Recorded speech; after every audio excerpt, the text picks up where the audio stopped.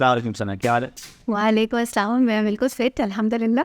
ज़बरदस्त। हमारी सीरीज़ जो है बात सिंपल है, अल्लाह का शुक्र है, इज़ बिन मेकिंग वेव्स और काफ़ी सारे सवालात भी आ रहे हैं।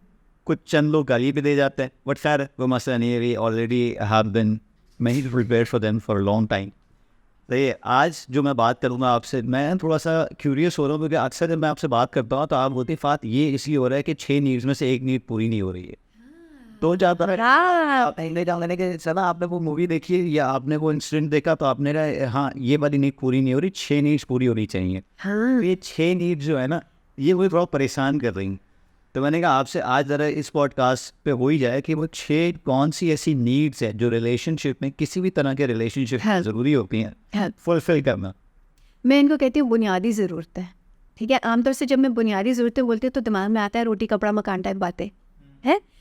लोगों की सोच से ज़्यादा नहीं जाती। बट मैं जिसकी बात कर रही हूँ ये सीखा तो मैंने क्लोई मेडेनस से, जो कि टोनी रॉबिन्स की पार्टनर है और रिलेशनशिप कोच है खुद। ठीक है, लेकिन मज़ेदार बात क्या है कि ये वो बुनियादी ज़रूरियात हैं हमारी जो हम किसी न किसी तरह पूरी करते हैं।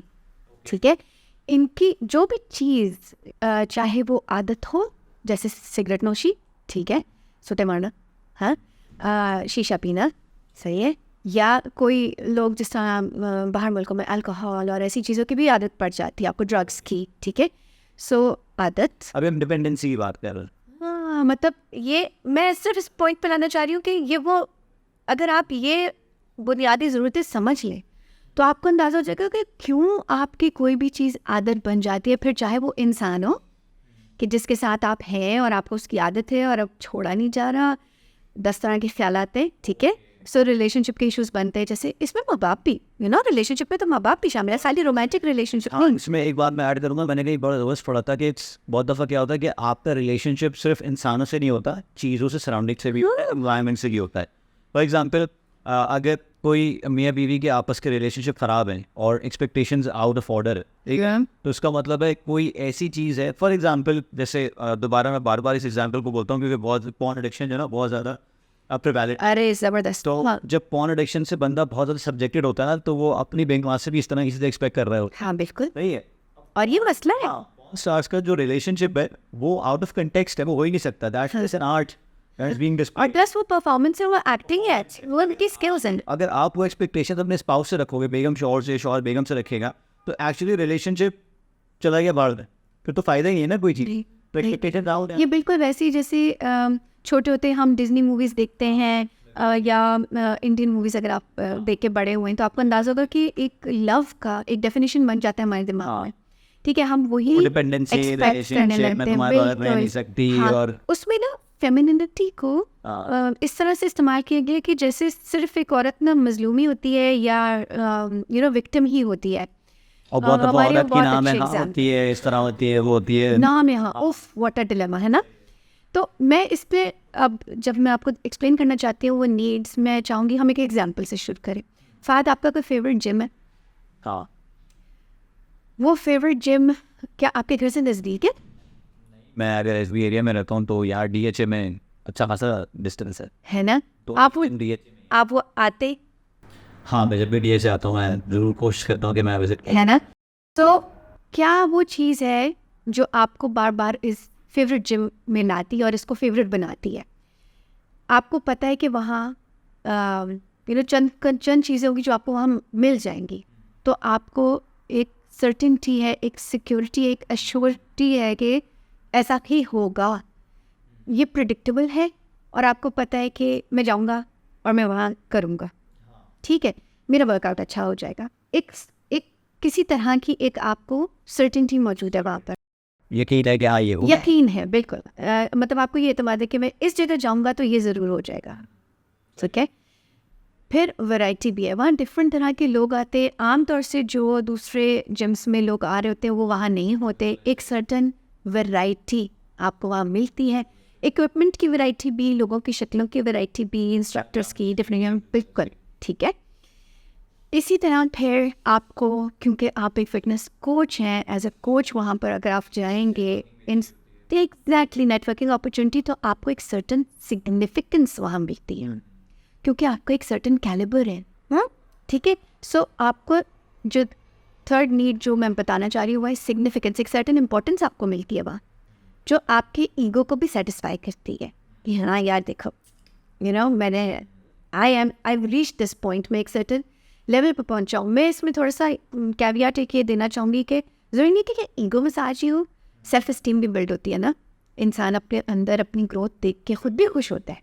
ठीक है, सो अपने आप को भी सिग्निफिकेंस देते हैं हम। ठीक है, ये तीसरी नीड हुई।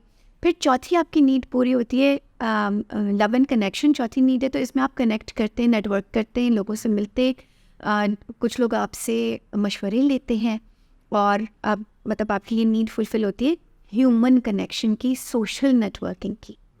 ठीक है, 4 नीड्स अगर फुलफिल हो जाती हैं, कोई भी चीज़, चाहे वो जगह हो, चाहे वो आदत बनने के लिए, चाहे वो ये चांद समराइज रहते हैं, पहले क्या थी?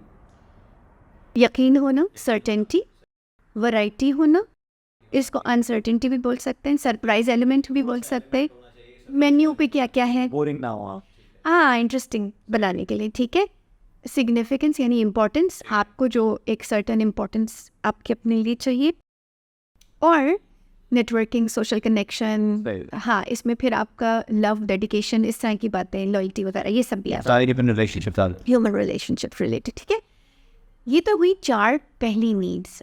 कोई भी चीज़ अगर ये 4 नीड्स पूरी करती है, या किस किस तरीके से आप इन नीड्स को पूरा करते हैं, वो आपकी आदत या आपके रूटीन का हिस्सा बन जाता है, और आप उससे कंफर्टेबल और फेमिलियर हो जाते हैं।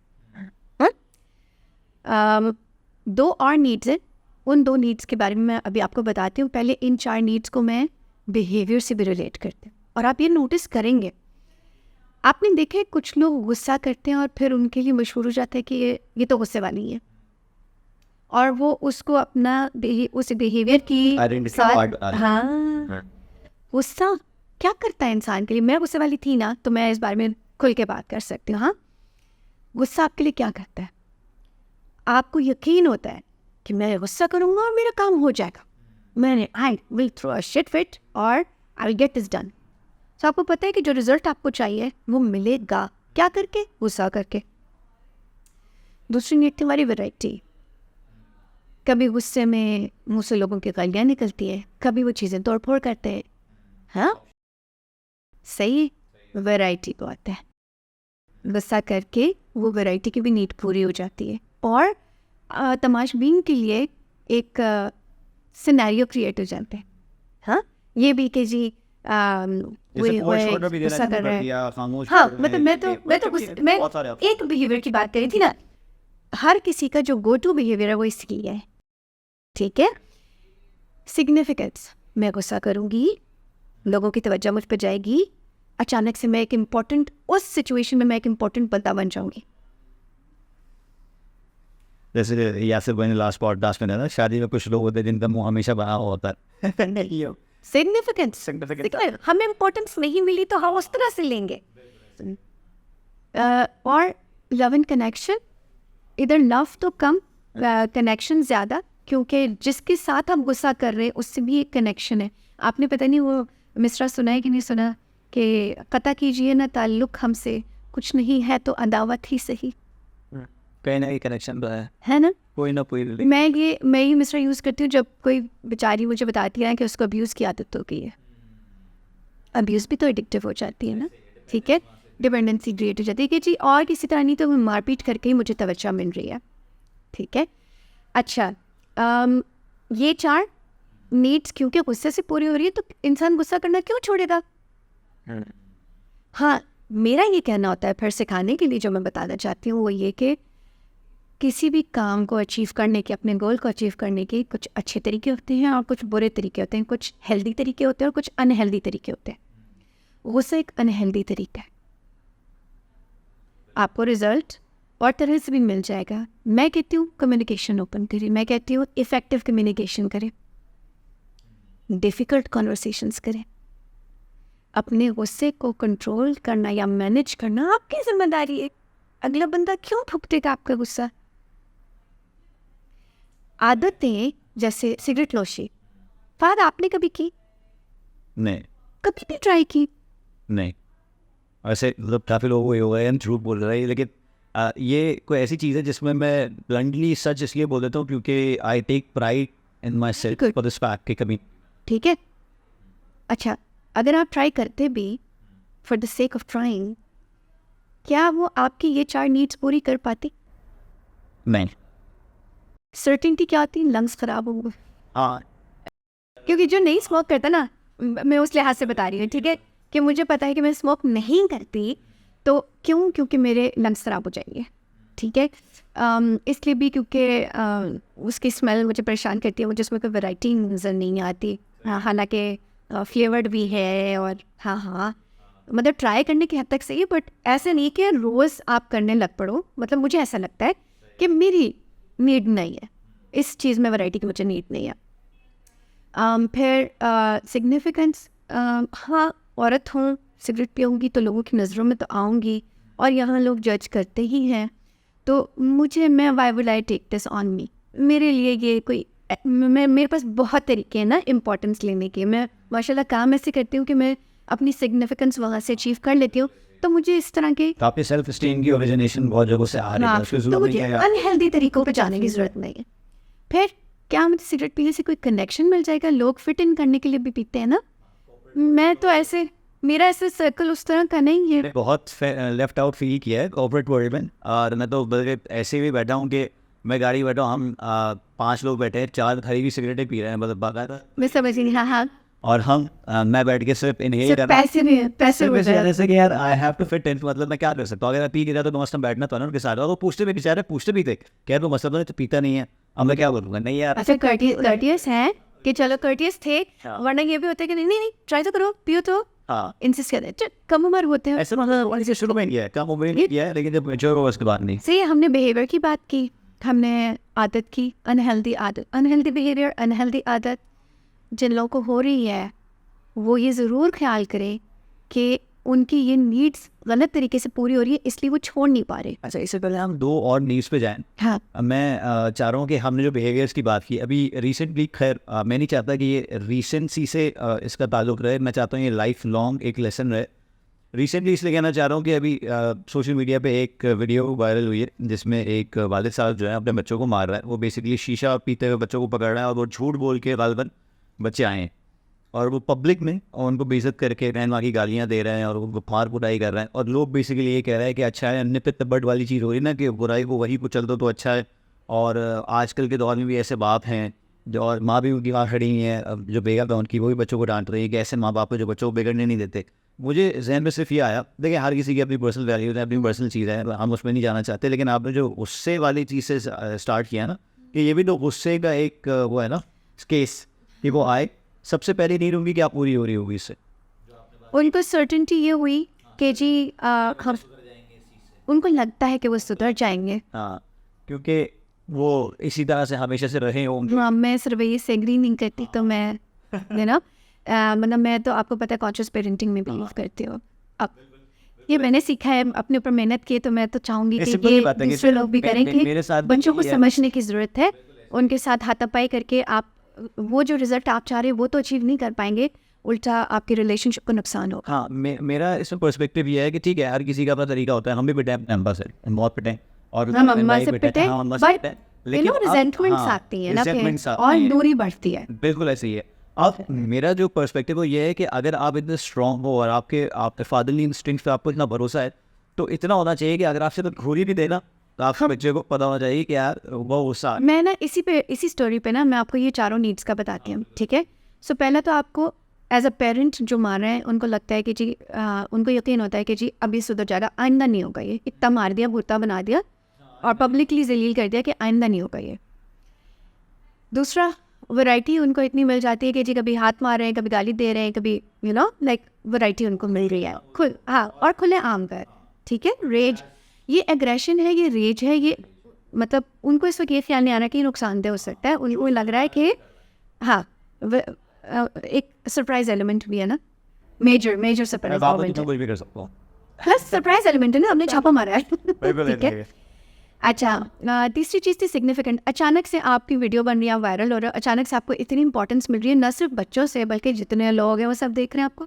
You are a celebrity in the moment, you are the celebrity in the moment. हाँ, जो वीडियो बना रहा है ना वो पीछे को बोल भी रहा है, तो वीडियो बनाने वाला बोल रहा है चुप करो, बाप है उसका, अच्छी बात है, ये वो है। ये सो जो नीड थी सिग्निफिकेंस या इम्पोर्टेंस की, वो भी फुलफिल हो गई। कनेक्शन, अब आप देखें जितने लोग इस बाप के बिहेवियर से एग्री कर रहे हैं वो कनेक्ट कर गए ना उससे, और जितने लोगों ने एग्री नहीं भी कर रहे, जो यही तरह है सही है, जो कह रहे हैं कि जी कॉन्शियस पेरेंट बने, ठीक है, सो हाँ बिल्कुल, तो वो भी कनेक्ट तो कर पा रहे किसी लेवल पे कि हाँ ये सही नहीं है, ठीक है, सो कनेक्शन हो रहा है। हाँ मेरे लिए मतलब इसमें अब आप ये सोचें, जो बच्चा सफ़र कर रहा है इसमें, क्या वो लव और कनेक्शन फील करेगा? सोच आने वाली बात है ना। अनहेल्दी वे है चारों नीड्स को पूरा करने का। अब मेरी सिचुएशन में फॉर एग्जांपल मेरा बेटा भी अब 14.5 साल का है, उसको भी दिल किया वेप करके देखने का, ठीक है, उसने आपको पता है टफ लव बाप के पास पहले नहीं गए, तो मुझसे उन्होंने पूछा, अब उन्होंने पूछा भी इस तरह के, उन्होंने कहा कि वो मैंने कुछ बताना है और मुझे लेकिन समझ नहीं आ रहा कैसे बताना है। अब 14.5 साल का बच्चा इस तरह से बोले ना तो ज़रा और तरह के भी ख्याल आने लगते हैं कि क्या कर गया है, क्या हो गया। तो मैंने बड़ा सिंपली मैंने पूछा अच्छा कुछ टूट गया है, क्या हुआ? तो कहते नहीं वो मैंने कुछ ख़रीदा है। मैंने कहा अच्छा हाँ वो दराज से ख़रीदा है क्योंकि वो आ गया है और मैंने आपको बताया नहीं और मैंने आपसे पूछा नहीं, तो अब मुझे बहुत गिल्ट हो रहा है। तो मैंने कहा ऐसा क्या ख़रीद लिया तुमने? बिकॉज़ आई नो कि वो कोई मेजर खर्चा नहीं कर सकता। मैंने बच्चों की हाँ जी बिल्कुल बजट करके सिखा रही हूँ उनको, फाइनेंशियल लिटरेसी देना ज़रूरी है। तो उसने मुझे कहा कि मामा दराज पे वेपिंग डिवाइस मिलती है, तो अगर कोई ट्राई करना चाहे तो वो सिंपल ऑर्डर करे, वो घर पे डिलीवर कर देते हैं और उसमें एज रिस्ट्रिक्शन नहीं है। मैंने कहा तुम्हें एज रिस्ट्रिक्शन पता है इसकी? तो कहते हैं कि जी पता है। मैंने कहा अच्छा निकोटीन की कितनी mg's होती है? तो कहते हैं मामा जो आपको दराज पे मिलते हैं वो 30 mg से नीचे के नहीं होते। तो मैंने कहा अब्दुल्ला 30 तो बहुत ज़्यादा है। तो एकदम ही वो करके कहता है जी, मैंने कहा तुम मुझे बता देते, मैं तुम्हें अगर वेपिंग ट्राई करना है तो 0 mg निकोटीन में भी फ्लेवर्स मिलते हैं, तुम्हें पता है, तुमने खुद पापा को हेल्प किया है।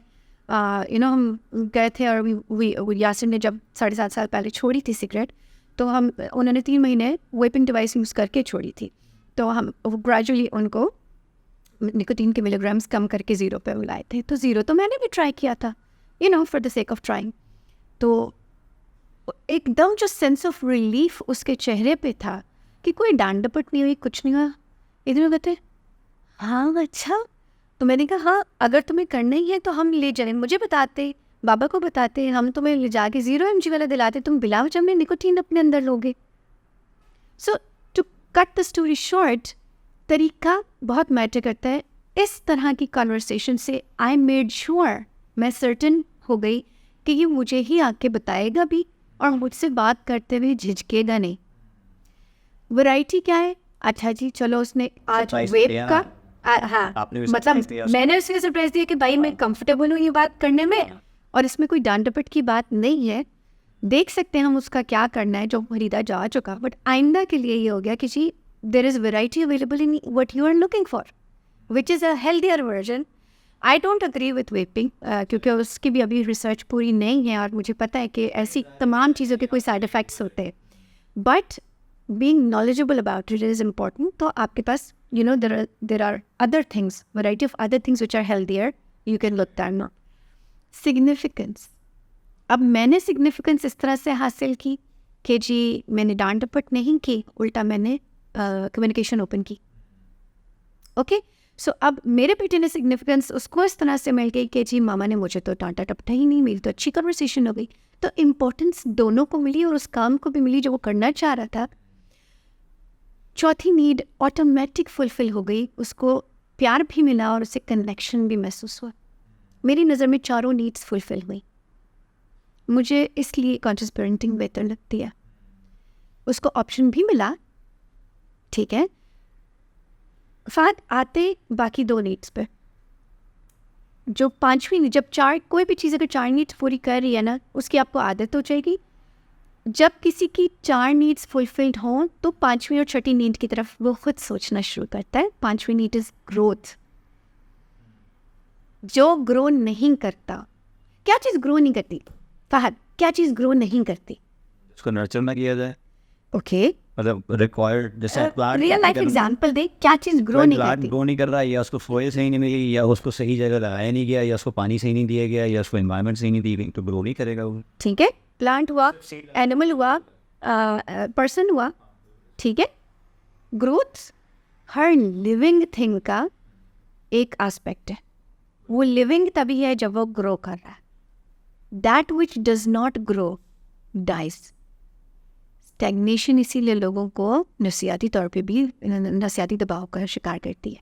स्टैग्नेशन समझते हैं ना, ग्रोथ नहीं हो रही, एक ही टाइटल पे फंसे हुए, एक ही टीयर पे फंसे हुए. जॉब की बात कर रही हूँ, या स्टक है. रिलेशनशिप में लोग स्टक हो जाते. अगर रिलेशनशिप में ग्रो नहीं कर रहे तो क्या होगा? रिलेशनशिप कहीं नहीं जाएगा. Actually it will follow, it can fall apart. Yes, समझौता करके सारी जिंदगी गुजार दो, है ना. तो कई तरीके हैं इसको देखने के, बट पॉइंट इज ग्रोथ आपके लिए ज़रूरी है. सो ग्रोथ की नीड आप कैसे फुलफिल करेंगे? मैं अपने अंदर इन्वेस्ट करके करती हूँ, पढ़ के करती हूँ, किताबें पढ़ती हूँ, पॉडकास्ट सुनती हूँ, यू नो लाइक मैं नॉलेज शेयर करती हूँ. मैं नॉलेज की मल्टीप्लिकेशन में बिलीव करती हूँ. मैं फील करती हूँ कि मैं इस तरह ग्रो करती हूँ और मैं अंदर से फुलफिल भी होती हूँ. इसी से रिलेटेड है छठी नीड भी, to give back to the society, जो कि इस्लाम बहुत ज़्यादा, हमारा मज़हब बहुत ज़्यादा इसको प्रमोट करता है कि जी आपने अपने लिए तो किया, अपनी ज़ात के लिए क्या, दूसरे के लिए क्या that we किया. are trying to do with this podcast. Oh yes, contribute in a way where you give value. तो वो जेन्युइन कंट्रीब्यूशन है. ठीक है. हाँ, ये बात अलग है कि जाहिर है मैं एक कोच हूँ और मैं खासी महंगी कोच हूँ, लोग यहाँ मुझे बताते हैं. ठीक है. अब वो महंगा सस्ता भी माइंडसेट के ऊपर है. अफोर्डेबिलिटी जो है ना वो माइंडसेट के ऊपर है. ऐसे लोग भी हैं जो लोन लेके भी कोचिंग लेते हैं, ऐसे लोग भी हैं जो क्रेडिट कार्ड पे भी स्वाइप करते हैं और ऐसे भी हैं जो कहते हैं ये क्या बकवास है, मैं आपने तो इतना महंगा बना दिया और हम तो नहीं कर सकते. मैं लेकिन गिव बैक वाली जो आपने चीज़ बोली, ये बेसिकली इतनी वैल्यू फ्री ऑफ कॉस्ट अगर कोई बंदा देता है.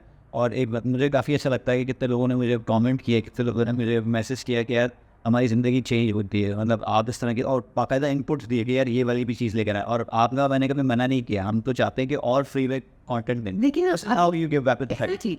और इस वक्त जो वैल्यू दे रही है ये तो जनरलाइज्ड है. कोचिंग प्रीमियम के तो फिर अदर पर्सनलाइज्ड होती है, पर्सनलाइज कस्टमाइज्ड होती है, आपके प्रॉब्लम को टारगेट करती है. खैर, कमिंग बैक, कंट्रीब्यूशन की नीड आप भी तो फुलफिल कर रहे हैं. आपकी पॉडकास्ट के थ्रू ही नहीं, आप जब जाके टिप्स देते हैं, ट्रिक्स देते हैं, आपकी इतनी अच्छी शॉर्ट्स हैं, रील्स हैं, लोग उसको फॉलो करके फ़ायदा ही ले रहे हैं ना.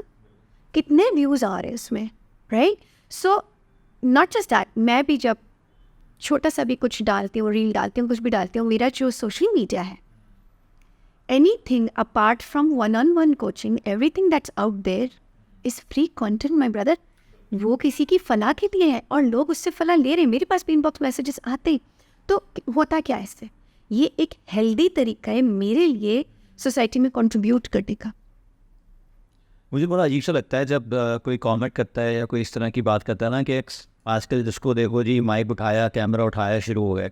अब यकीन करें बहुत सारी चीज़ें जो मेरी ज़िंदगी में चेंज हुई ना पिछले 2-3 साल में, वो कंटेंट क्रिएटर्स की पॉजिटिव कंट्रीब्यूशन से चेंज हुई हैं. खास तौर पे for example if I have been following Gary for a very long time. Gary मुझे आज तक याद है. कल परसों मुझसे कोई कह रहा था यार गैरी को सुन तो बनेगा, गैरी भी मेरा गुरु है. मैं उसको गुरु मानता हूँ, जो भी हो उसमें बहुत बड़ा फाट गैरी है. क्योंकि एक बात मैंने उसकी सुनी थी कि अगर आपको कोई मसला हो रहा है कंटेंट क्रिएशन में तो स्टार्ट डॉक्यूमेंटिंग, डोंट क्रिएट. अब आप मुझे 3 साल से 4 साल से देख रही हैं, रोज़ डॉक्यूमेंट हो रही है जर्नी. और जो अब ब्रांड पे बिलीव करता है वो कहता है यार हमने तुझे ग्रो करते हुए देखा है. और जो पहली दफ़ा देखता है वो पीछे जाके देखता है तो हाँ हमसे कंटेंट मिलता है. वाई? बिकॉज एक बात ने मुझे वो किया, दूसरी बात से बोली थी कि आप जब कोई कंटेंट अपलोड करते हैं, कोई भी आगे नीचे आपको गाली देता है या कोई भी कुछ लिखता है तो आप वो पोस्ट डिलीट कर देते हैं, बोलते नहीं यार मैं ये नहीं ले सकता. तो भाई वो जहाँ से आ रहे हैं वो एक सिक प्लेस से आ रहे हैं बेचारा, और आपको अगर कुछ कह रहा है तो आप मतलब आप अमेरिका में वो अफ्रीका किसी कोने से आपको कमेंट नहीं करना है तो उसमें कुछ नहीं जा रहा, जिस तरह आप फ्री हो वो भी फ्री है, तो एक पर्सपेक्टिव में रखता है वो बातों को। तीसरी बात, यासिर भाई आपके हस्बैंड, उन्होंने एक पॉडकास्ट में मेरे कहा था, मैं असल में नमाज में थोड़ी नहीं मानता था, बेगम बहुत टाइट करती थी, अम्मा भी कहती रहती थी मतलब नमाज में ढीले हो गए, ये हो गए। यासिर भाई ने एक छोटी सी एनालॉजी क्रिएट की, वो मैं उसकी लिंक भी लगा दूंगा इसमें साथ में, उसके काफ़ी अच्छे व्यूज़ भी आए थे। उन्होंने कहा था कि यार आपको ना अल्लाह ताला 5 दफ़ा बुलाता है अपनी तरफ, सही है। होता क्या है कि मैं बॉस मुजाहिर है, वो एंटरप्रेन्योर है, उनके पास नीचे टीम है, बोलता मैंने एक दफ़ा एक ईमेल कर दी किसी बंदे को, मैंने जुमे को की कि अगले जुमे को मुझे काम चाहिए, सही। अब मैं पीर को आके आई कॉल और मैं बोलूँगा यार वो काम देख लिया था, चल रहा है, फिर मैं जुमेरात को उनको इस रिमाइंडर दूंगा, फिर जुमे को सब खड़ा हो जाऊँगा, आप काम दो। तो मेरा बंदा ये नहीं बोल सकता कि सॉरी यार यासिर भाई आपने रिमाइंडर नहीं कराया। तो यही सेम चीज़ होती है ऊपर वाले के साथ, जब आप आखिरत में जाके खड़े हो गए ना और वो बोला तूने नमाज क्यों नहीं पढ़ी, आप ये नहीं बोल सकते कि तूने याद रिमाइंडर नहीं दिया, 5 दफ़ा याद दिलाया था, रोज़ याद दिलाया था। आप यकीन करो उसके बाद से मुझे जब मतलब मैं नमाज तो माशाल्लाह माशाल्लाह।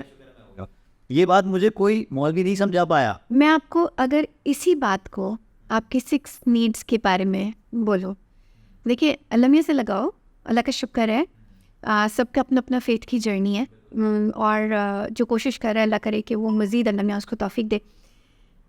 नमाज या अल्लाह से लगाओ 6 की 6 नीड्स पूरी करता है। कैसे? आपको ये सर्टेनिटी है कि इंशाल्लाह आखिरत संवर जाएगी। वैरायटी आपके पास बहुत है, नमाज की शक्ल में, ज़कात की शक्ल में, रोज़ों की शक्ल में, ठीक है। आप कुरान खोल के तो देखें, और मैं तो कहती हूँ हिफ्ज़ करने के बजाय तर्जुमे से पढ़ के देखें। और ख़ास तौर पे इन्होंने एक और बात की थी जो बहुत मशहूर है कि अल्लाह ताला आपकी शहरत से ज़्यादा नज़दीक है। हाँ, शहरत ये है आपकी और वो उससे ज़्यादा नज़दीक है, तो आप जो भी इंटेंशन करते हो डायरेक्ट ऊपर जाती है, तो उसमें वैरायटी है। जैसे चीटिंग होती है ना, जैसे क्यों कोई बंदा या बंदी अपनी स्पाउस के अलावा से देखता है, सो सर्टेनिटी होती है इस बात की कि जी यहाँ कोई ट्रस्ट नहीं है, यहाँ लॉयल्टी नहीं है, तो फिर वैरायटी है, ठीक है। और वैरायटी इस नौयत की है कि जी मुझे यहाँ से सिग्निफिकेंस भी मिल जाएगी, मैं अचानक से इस शख्स के लिए बहुत इंपॉर्टेंट बन जाऊँगा, और जब ये शख्स मुझसे राब्ते में है तो मेरा कनेक्शन तो हो ही रहा है, शायद लव भी डेवलप हो जाए, ठीक है, होपफुलनेस भी आ जाती है। ये हो रहा आउटसाइड मैरिज है, ठीक है, ये उस मैरिज के लिए अनहेल्दी है, तो इसमें ग्रोथ और कंट्रीब्यूशन नहीं है, लेकिन आदत तो बन रही है ना, 4 नीड्स पूरी हो रही है, ग्रोथ और कंट्रीब्यूशन नहीं है। हाँ, जहाँ आप अगर रिलीजन की बात करते हो कि जी एक शादी, दूसरी शादी, तीसरी शादी, 4 शादियाँ, वहाँ पर ग्रोथ और कंट्रीब्यूशन हम इस तरह से देख सकते हैं कि किसी मजलूम का आपने साथ दिया, कोई अफेयर चलाने वाली बात नहीं है, ये है कि जी आपने किसी बेसहारा को सहारा दिया, उसमें भी आपके पास चॉइस है कि आप या तो किफ़ालत की ज़िम्मेदारी ले लो, अगर निकाह में नहीं लेना तो, ठीक है, किफ़ालत की ज़िम्मेदारी ले लो, ये भी होता है। वरना आप निकाह में शामिल करते हैं तो आप फिर तमाम उनके साथ जो उनके हक़ाइक़ हैं वो पूरे करने होते हैं, ठीक है। जो इंटरेस्टिंग बिट थी ना वो ये थी कि लोग ये, क्योंकि उनको अपनी नीड्स नहीं पता तो वो ये सोचते नहीं है। अगर ये नीड्स मालूम हों तो क्या हम व्हीकल्स या रास्ते ढूंढ सकते हैं एक हेल्दी तरीके से इन नीड्स को पूरा करने का। फिर चाहे वो रिलेशनशिप आपकी बॉस के साथ हो, किसी सबऑर्डिनेट के साथ हो, अपने इन लॉज के साथ हो, जॉइंट सिस्टम में भी तो काम आ जाएंगी ना ये नीड्स, ठीक है। बहुत सी ऐसी, अब आपकी जो पॉडकास्ट थी हमारी लास्ट, उसमें कमेंट भी एक आया हुआ था और मैं चाहूँगी कि हम वो एड्रेस भी करें कि डेटिंग होती है आजकल ना, लोग मिलते हैं, अब डेटिंग बोलते हुए भी ना ज़रा सा ये होता है कि ओ क्या बोल रही है, अच्छा माँ बाप को ना बता के हो रही मुलाकात है बट ना बता के हो रही है। हमारे यहाँ लड़कियों का लड़कियों से मिलना बहुत आसान है, लड़कों का लड़कों से मिलना बहुत आसान है। लड़के लड़कियों को कोई भी साथ देखता है तो खामखां का एक लेंस पहन लेते हैं लोग, शक का और कैरेक्टर असैसिनेशन का, और नो ये समझने की ज़रूरत है कि अगर आपको अपनी नीड्स मालूम है, आप इतना सेल्फ अवेयर है, तो आप निकल के जिससे भी मुलाकात करेंगे वहाँ आप एक प्रोडक्टिव हेल्दी कॉन्वर्सेशन कर सकेंगे, एक नई अच्छी शुरुआत कर सकेंगे। इसके कि फ़लाना मुझे देखा था, फ़लानी मुझे देखी थी, और यू नो लुक्स सुपरफिशियल बातों से हट के कोई बात हो सकेगी, यू नो, इंटेलिजेंट कॉन्वर्सेशंस हो सकेंगी। Intelligence is the new flex. लोग यू नो बातें करते हैं, जिनको पढ़ते हैं उनके बारे में बात करते हैं। So a good start would be कि जी अच्छी किताब कौन सी पढ़ी आपने, किस ऑथर को लाइक करते हैं। वो ना मेटल अप्रोचेस आप मैच करते हो, आप देखते हो मेटल कहाँ मैच पे वो बुनियादी, क्योंकि आप देखो ना, आपको ये सर्टेनिटी हो जाती है कि यार ये प्रोग्रेसिव है। आपको ये सर्टेनिटी आपके पास वैरायटी तो होती है, आप जाहिर है किसी एक से मिले, दूसरे से मिले, तीसरे से मिले, जब तक आप ऑप्शंस एक्सप्लोर नहीं करेंगे, आप चंद ऑप्शंस ज़रूर एक्सप्लोर करें। यू नो, ये भी ना हो कि जी आपको गाय नहीं हो कि आपको खूंटे से बांध दिया किसी मैं एक छोटी सी मिसाल में ऐड करूँगा। हमारे यहाँ बहुत एक जुमला बोला जाता है, दिमाग ऊँचे हो गए हैं। सही है, जब लड़कियाँ बेसिकली ये सोचती हैं कि नहीं यार हमारा स्पाउस ऐसा होना चाहिए, ये लड़के सोचते हैं यार एक स्टैंडर्ड होना चाहिए, और सोसाइटी के प्रेशर्स होते हैं कि नहीं यार इतना कौन देखता है, ये कौन देखता है। जो आपके हस्बैंड यासिर भाई ने जो एक वो एक था कॉस्ट बेनिफिट एनालिसिस जो आपके दौरान भी किया था, ये वाली बातें तो बिल्कुल टैबू हैं। सही है, फॉर एग्जांपल अगर मैं बात करूँ, हम किराए का घर में रहते हैं, सही है, हम किराए का घर हर कोई 1-2 साल बाद देखते हैं यहाँ क्या ऑप्शंस अवेलेबल हैं। अभी recently we have been seeking few ठीक है ऑप्शंस, तो एक ऑप्शन पे जाके मेरी बेगम ने मुझसे निकला कि यार अभी जो हम रह रहे हैं ना, वो मतलब ऐसा है कि उसके मैं उससे बेंचमार्क कर रही हूँ हर चीज़ को, तो दिमाग ऊँचे हुए हैं मेरे। तो ये उसी ग्राफिक ने बोला। अच्छा, हाँ, तो मैंने कहा तुम्हारे दिमाग ऊँचे, एक कोटेशन है ना कि आपका दिमाग पैराशूट की तरह है, वो जब एक दफ़ा एक चीज़ देख लेता है ना, जब एक्सपीरियंस कर लेता है, फिर उसको पुराने लेवल पे आने का दिल चाहता नहीं, क्योंकि उसको पता है कि उसने ए से लेके जी तक उसी के बाद भी कुछ देख लिया, तो वो ए से लेके जी के बीच में दोबारा नहीं आएगा। तो मैंने कहा ये प्रोग्रेस है, ये ग्रोथ हो गई है तुम्हारी एक थॉट प्रोसेस ग्रो कर गया है। हाँ, अब you have raised your standard, standard of living तो रेज होता होना चाहिए, ग्रोथ। अब तुम्हारा वो न्यू नॉर्मल बन गया है, तो अब ग्रोथ का हमेशा जो होता है न्यू नॉर्मल से आप आगे जाते हो। तो ये हम हमेशा हमारी प्रोग्रामिंग इस तरह की हुई होती है, तो हम बोलते हैं कि यार जैसे फॉर एग्जाम्पल मेरी अम्मी ने बोल दिया कभी करना पड़ता है, गुजारा करना पड़ता है, बहुत सारी चीज़ों को कॉम्प्रोमाइज़ करना पड़ता है। नहीं एक न्यू नॉर्मल हो गया, अब इंसान ग्रो ही करेगा, और जब ये थॉट प्रोसेस होगा ना तो इंसान फिर हाथ पैर भी चला, ग्रोथ माइंडसेट हो जाता है ना आपका। आपने बात की सेम चीज़, सॉरी मैं आपकी बात काट रहा हूँ, जैसे रिलेशनशिप में होता है। हाँ, जैसे फॉर एग्जाम्पल मेरी एक कोलीग थी, उसने कहा कि भाई रिश्ता आया, मैंने कह दिया कि भाई लड़की की सीवी चाहिए, तो उन्होंने कहा है लड़की की सीवी चाहिए, मतलब बड़ी फ्रंट लड़की है। तो जब एक बंदी काम कर रही है एक मल्टीनेशनल में, वो एम्प्लॉयड है, तो उस तरह की बातें करेगी, तो उसका न्यू नॉर्मल अलग है। हाँ, लेकिन मैं आपको एक बात कहूँगी फ़ायद इसमें, देखिए एनालिसिस अगर आपको नहीं करना आता तो ऐसी चीज़ में ना पड़े जिसमें आप उलझ जाए, क्योंकि मिस्टर परफेक्ट या मिस परफेक्ट कोई नहीं है, ठीक है। जिस शख्स को आप जिस मौके पे मिले हैं, वो आपका जो प्रेजेंट बना है, वहाँ से तो दोनों ने इवॉल्व करना है। आपको क्या चीज़ देखनी चाहिए? देखिए जैसे कॉस्ट बेनिफिट एनालिसिस बहुत ज़्यादा लॉजिकल अप्रोच है, प्यार में पागल हो जाना बहुत ज़्यादा इमोशनल अप्रोच है। मैं बिलीव करती हूँ कि कुछ इन बिटवीन होना चाहिए, ऐसा कि जिसमें आपको ये पता हो कि अगर आप सेल्फ अवेयर हैं तो आप इस पर रिफ्लेक्ट कर सकते हैं कि आप जिस शख्स को परसू कर रहे हैं, हाँ केमिस्ट्री है, शक्लन भी समझ में आ रहा है, जो सतही बातें उनके भी टिक मार्क्स लगे, लेकिन जो असल बुनियादी बातें वो ज़रूर कवर हो जाए। हाँ, जैसे मुझे ये ज़रूर पूछना होता है कि यार आपका सबसे बड़ा चैलेंज क्या रहा और आपने उसे ओवरकम कैसे किया। और ये सवाल मुश्किल सवाल है, क्योंकि ये आपको ना वल्नरेबल कर देता है अचानक से, और कोई भी ना वल्नरेबल नहीं होना चाहता पहली मुलाकात में, राइट। So open up. मैं अगर खुल के किसी से बात करूं, क्योंकि अब मैं शायद उस कैरियर स्टैंडर्ड पे या लेवल पे पहुंच गई हूँ जहाँ मैं वल्नरेबल होते हुए खौफजदा महसूस नहीं करती। कितनी ज़बरदस्त तरीके से आप गेज कर सकते हैं कितना ओपन माइंडेड आदमी है ये बंदी है। अच्छा, आसान सवाल कर लें, आपने सबसे अच्छा खाना कहाँ खाया? तो इससे जब बंदा एक्सप्लेन करेगा ना और वो रिकॉल करेगा उस मेमोरी को, आपको पता है एंकरिंग कैसे होती है, ठीक है। तो जब रिकॉल करेगा तो उसको जो एक्सपीरियंस, जिस तरह से उस एक्सपीरियंस को वो एक्सप्लेन करेगा अगले बंदे को, या जैसे मैं अब बहुत ज़्यादा रिफ्लेक्ट करती हूँ, इंट्रोस्पेक्टिव हूँ, तो अंदाज़ा हो जाएगा कि यार इसकी सोच कहाँ तक जाती है, इसकी सोच में कितनी प्रोग्रेस है, और ये कितना ओपन है, इसका पैलेट कितना ओपन है, डाइवर्सिटी को कितना एंजॉय करता है, वैरायटी को कितना एंजॉय करता है। मैं यू नो व्हाट द पता चल रहा है कि मुल्ला की दौड़ से मस्जिद तक है, उससे आगे भी है। ये कोई का बेंडा थिंग ये कोई कमेंट नहीं है। It's very दोनों के लिए पसंद।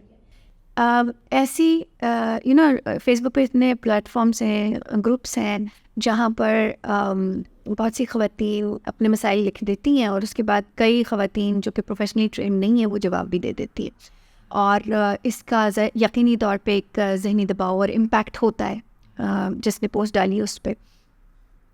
मुझे आज तक ये समझ में नहीं आता कि यू नो कोचिंग लेने से या थेरेपी लेने से क्यों कोई हिचकिचाता है, क्यों ये एक स्टिग्मा है। अगर किसी को बोल दिया हस्बैंड ने कि तुम तो पागल हो, हाँ, तो वो इसी बात को कैश करके ये क्यों नहीं कहती कि हाँ चलो ठीक है फिर इम्प्रूव होना चाहिए ना, अब तो रॉक बॉटम हिट हो गया, अब मैं यहाँ से मज़ीद नीचे तो नहीं जा सकती या जा सकता, तो चलो क्या कर सकते हैं इम्प्रूवमेंट के लिए। बंदा बोलेगा मैं थोड़ी पागल हूँ, तुम मैंने ना अपनी पोस्ट में ये लिखा था कि हम ना वेडिंग्स पे बहुत स्पेंड करते हैं, हाँ, शायद आपसे इस बारे में बात भी हुई थी कि हम शादियों में बहुत ज़्यादा खर्चा कर देते हैं लेकिन हम मैरिज को सक्सेसफुल बनाने पे इन्वेस्ट नहीं करते। अल्लाह का शुक्र है फ़हद, आपकी पॉडकास्ट जो लास्ट हमने की थी प्री मैरिटल कोचिंग के हवाले से बता रही हूँ कि लोगों को ये शऊर आया है कि कम अज़ कम देखें तो सोचें तो सोच कैसे सही बनानी है, मस्बत सोच लेके बात क्या करनी है अगले से, और अपने रिश्ते को मजबूत कैसे करना है।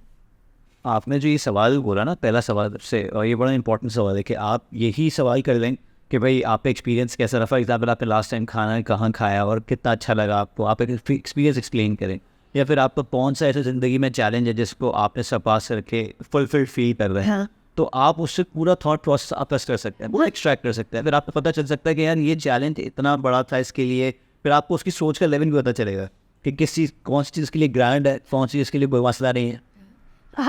फहद, लाइक्स और डिसलाइक्स पूछना बहुत आसान होता है। हाँ हाँ, आप उसमें पूछ सकते हैं कि किस मूवी ने तुम्हें सबसे ज़्यादा मुतासिर किया, इससे भी पता चलेगा कि ओ अच्छा ये बहुत ज़्यादा फैंटेसी में है, रियलिटी से इन टच नहीं है।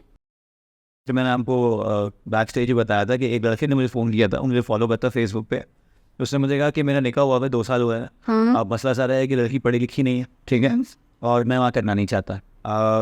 अरेंज हो गई थी, अब 2 साल हो गए, अब वो सिंपैथी भी बेचारा इतना कर रहा है कि यार 2 साल हो गए, मैंने खींचा, काफ़ी खींचा। अब मुझे पता है क्या, मैं दुनिया को जिस जावी से देखता हूँ, जिस बड़े एंगल पे देखता हूँ, वो इतनी पढ़ी लिखी नहीं है और बड़ा कंजर्वेटिव फैमिली से है, तो वो दुनिया को उसने देख नहीं पाती है। हाँ, मटेरियलिस्टिक जरूर है कि तुमने मुझे ये गिफ्ट नहीं दिया, तुमने ये नहीं किया, वो नहीं किया, बहुत सारी बातें ऐसी करती है जो नॉर्मली ख़वातीन टिपिकली कर रही होती हैं, लेकिन जो मैं बात करना चाहता हूँ वो उस मेंटल लेवल पे मैच नहीं कर रही है। ठीक है, यंग लड़के लड़कियाँ 2 साल मैंने कहा, भाई क्या करना होगा? अच्छा नहीं, 2 साल खींच लिया और वो अब देखिए ना, ऐसी सिचुएशन में 2 चॉइसेस होती हैं, या तो रिश्ता ख़त्म कर दें या रिश्ते को निभा लें। तो ये कहता है ना कि ख़त्म कर दूंगा तो एक कलंक लग जाएगा बच्ची पे कि यार निकाह के बाद तलाक हो। अच्छा ठीक है, ये भी बर्डन है उस पर। तो अब उसके पास ऑप्शन उसने अपने लिए क्या रखे? भाई मैंने फॉर एग्जांपल मैंने छोटा सा उसको मशवरा दिया, मैंने कहा एक काम करो, अगर तुम्हारे पास ये मसला है ना कि तुम सिंपथाइज कर रहे हो, तो उसके बीच का रास्ता निकालो। बंदी के साथ बैठो, उसके घर वालों के साथ बैठो, अपने घर वालों को बिठाओ और कुछ बेंचमार्क्स क्रिएट करो कि देखो 2 साल तो गुजर गए और जो क्लैश आ रहे हैं, अब मैं चाहता हूँ कि आगे 20 साल 40 साल अगर हमें साथ रहना है और बच्चों को ग्रो करना है, तो भाई काम करता है बेंचमार्क सेट करते हैं कि भाई ये क्वालिफिकेशंस अगर हो जाती हैं तो ठीक है, लेट्स डू इट, ठीक है, ये थोड़ा सा इन्हांस करो और साथ बैठ के, क्योंकि इससे क्या होगा कि तुम एकदम से तो ये नहीं बोल सकते अब 2 साल खींच के ये तुम्हारी तरफ नेग्लिजेंस है कि नहीं यार वी आर नॉट मैचिंग। बिल्कुल, तुमने क्या इंक्लूड दिया, तुमने I completely respect your perspective on this. मैं यहाँ पर ये कहना चाहूँगी कि अगर कोई आपके निकाह में आ गया है तो अब आप दोनों की एक दूसरे पे जिम्मेदारी है। बिल्कुल ऐसे ही ये जिम्मेदारी है बाकी। और इसी 2 साल में जो कि निकाह के थे, ये भी कोशिश कर सकता, अब क्योंकि ये नहीं हुआ तो मैं इस तरह से बोल रही हूँ कि ये भी कोशिश हो सकती थी कि अगर ये पढ़ी लिखी नहीं है तो मैं इसको फास्ट पेस्ड पढ़ाई कैसे करवा दूँ, ठीक है, अगर मेरे कैलिबर की नहीं लग रही मुझे, तो क्या ऐसे इक़दामात लेने होंगे जिनसे मेरे कैलिबर पे आ जाए। सही है, पॉसिबिलिटीज़ हैं ना, छोड़ना थोड़ी है पॉसिबिलिटी। अब आपकी वो जिम्मेदारी है, आपकी ग्रूमिंग और अगर एक बात और ऐड कर दूँ, वो ये भी कह रहा था कि यार फिर मुझे पता चला कि उसके भाई भी ज़्यादा सपोर्टिव नहीं है, वो भी सपोर्टिव नहीं है, तो ये आपको 2 साल पहले ही पता चल सकता था अगर आपको उस वक्त ये स्टेप लेते। प्लस मनकूहा है आपकी, आप उससे डायरेक्टली ओपन कम्युनिकेशन करें कि ये मेरे गोल्स हैं, क्या तुम मुझे इस पर सपोर्ट कर सकोगी, ये मेरी एस्पिरेशंस हैं, मैं चाहता हूँ कि मेरे साथ लाइफ पार्टनर इस तरह से हो, ये पहने, ये ओढ़े, ये बोले, ये सीखे, इस तरह से रहे। तो ये ग्रूमिंग की जिम्मेदारी तो आपकी थी ना, आज भी कर सकते हैं ना। अगर वो डिसाइड करते हैं कि उन्हें कंटिन्यू करना है तो उनको, देखिए marriage is a commitment and discipline, marriage is not a signature on paper. Marriage is not a wedding कि जी शादी हुई, हल्ला गुल्ला हुआ, डांस किया, मज़ा किया और बस अब अगले दिन से सोच रहा है अब क्या करें। हाई के बाद फिल्मी सीन हो गया सारा और अब समझ नहीं आ रहा बात क्या करें। ऐसे मौके पे अगर ऐसा हो रहा है तो आपको बाशऊर होने की ज़रूरत है कि हाँ अब तो गाड़ी साथ चलानी है, अब तो मिलके करना है। मैं ये चैलेंज फेस कर रहा हूँ, मेरी ये नीड फुलफिल नहीं हो रही, उसकी नीड फुलफिल नहीं हो रही, तो वो छोड़ भी सकता है ना। और ये तो बिल्कुल प्योरली अरेंज बात कर रहा हूँ यार, मैं कहती हूँ लव में भी ये कर रहा हूँ, लव में भी ये करते हैं। मैं कहती हूँ आपको जिस वक्त ये ऐसा, प्लीज़ जब आप रिश्ता जोड़ रहे हैं तो ये बाय चॉइस जोड़ रहे हैं, किसी के प्रेशर में आके भी हाँ तो आपने ही की है ना। रिस्पॉन्सिबिलिटी 100% किसकी है? आपकी है, ठीक है। जो वाइफ है वो ये नहीं कह सकती कि मुझे थप्पड़ मार की शादी करा दी या मुझे ज़बरदस्ती शादी करवा दी। Stop saying that, you signed the papers. अगर आपने वहाँ दस्तखत किए, क्योंकि देखिए हम यहाँ पाकिस्तान है, यहाँ पर 18 साल से कम उम्र बच्चियों की भी शादियाँ हो जाती हैं और वो वाकई ज़ोर ज़बरदस्ती से भी होती हैं।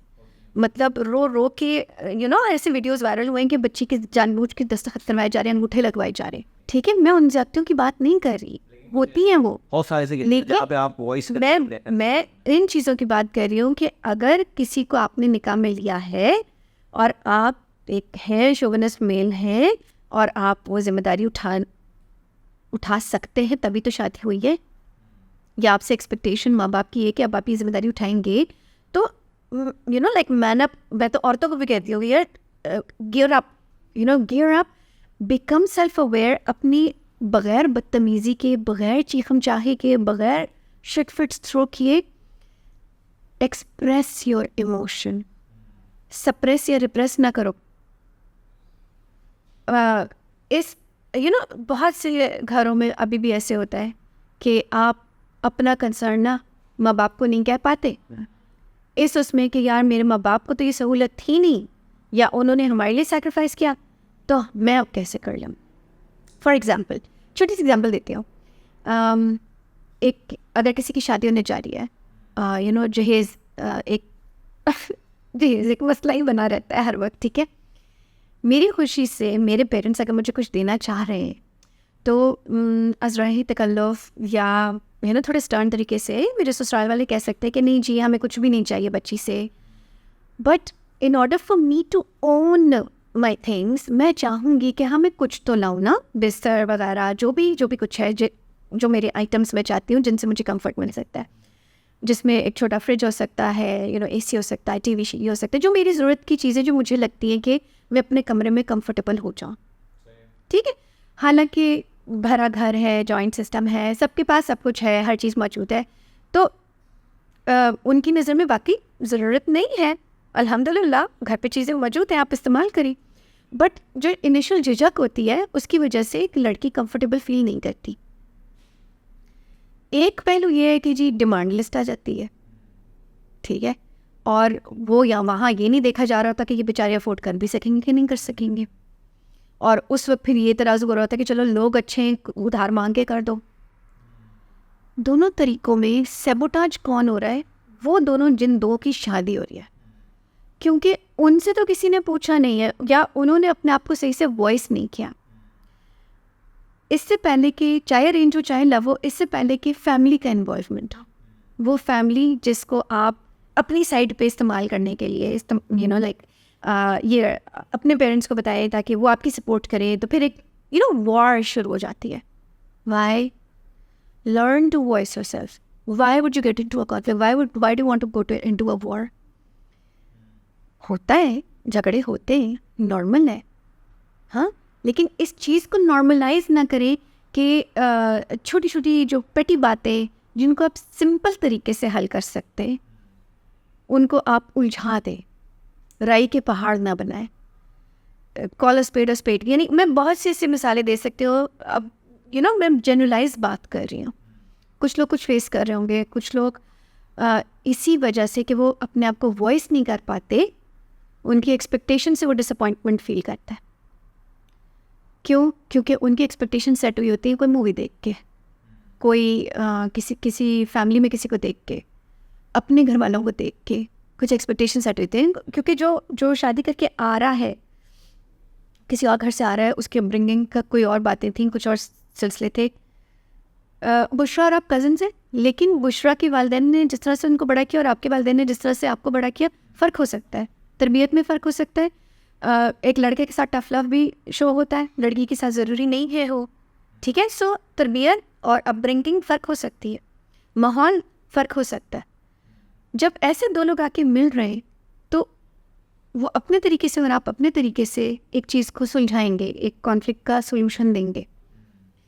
हो सकता है आपको उनका ना समझ आए, उनको आपका ना समझ आए, तो फिर एक बीच की राह तैयार करनी। अदरवाइज आप अपने ही वे में बढ़ते जा रहे होंगे, वो अपने वे में बढ़ती जा रही होगी, तो एक्चुअली कहीं ना कहीं जाके आप ग्रो अपार्ट। अब इसमें थॉट प्रोसेस ये नहीं होना चाहिए कि यार तुमसे तो बात करना ही बहुत मुश्किल है, क्योंकि ये जुमला ना ये कहता है कि आपने डिसाइड कर लिया कि ये तो मुश्किल होगा।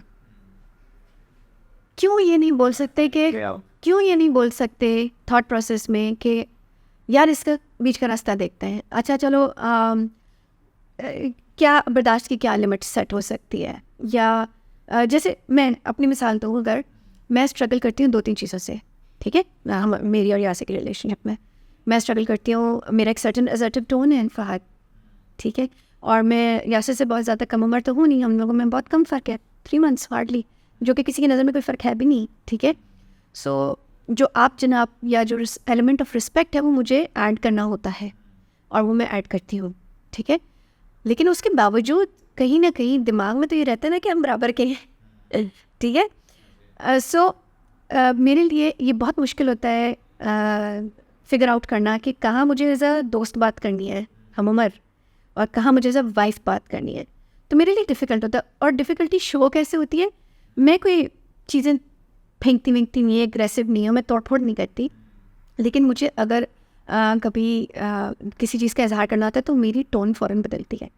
अब वो टोन क्योंकि मैं हाई ऑडिटरी नहीं हूँ, तो मेरी टोन मुझसे ज़्यादा यासिर कैच करते हैं, तो वो उनका दिमाग कहाँ चला जाता है, इसकी टोन बदल गई, इसकी टोन ख़राब हो गई, और वो उस बात से हट जाते हैं जो मैं एक्सप्लेन करना चाहती थी, जो मैं सिखाना चाहती थी, जो मैं बताना चाहती थी। तो मेरा स्ट्रगल वहाँ शुरू होता है कि यार ये तो टोन पे अटक है, ठीक है। अच्छा टोन छोड़ दे, एक और चीज़ है, आपको पता है मैं ना स्टोरीज़ बहुत ज़्यादा नहीं बताती यासिर की बात एलैबोरेट इसलिए होती है क्योंकि वो स्टोरी टेलर बहुत अच्छे हैं, ठीक है। उनकी स्टोरी टेलिंग में ज़ाहिर है लोग सीखते भी हैं, हर किसी का अपना अंदाज़ होता है, ठीक है। आप भी बहुत अच्छी स्टोरीज़ रिलेट करते हैं, अली सलमान भी बहुत अच्छी स्टोरीज़ बताते हैं, ठीक है, स्टोरीज़ के थ्रू सिखाते।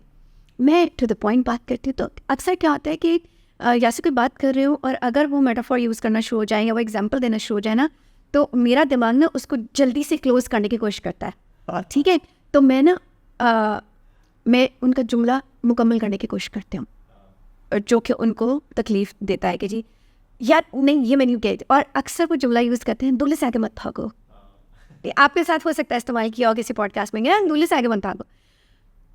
मजाक में तो ये बात सही रहती है, बट जब कोई सीरियस बात हो रही हो और मैं अगर फ़ौरन पता है उसने ये बोला और फिर के बाद अगर मैंने जुमला को कंप्लीट कर दिया तो ही इज़ लाइक,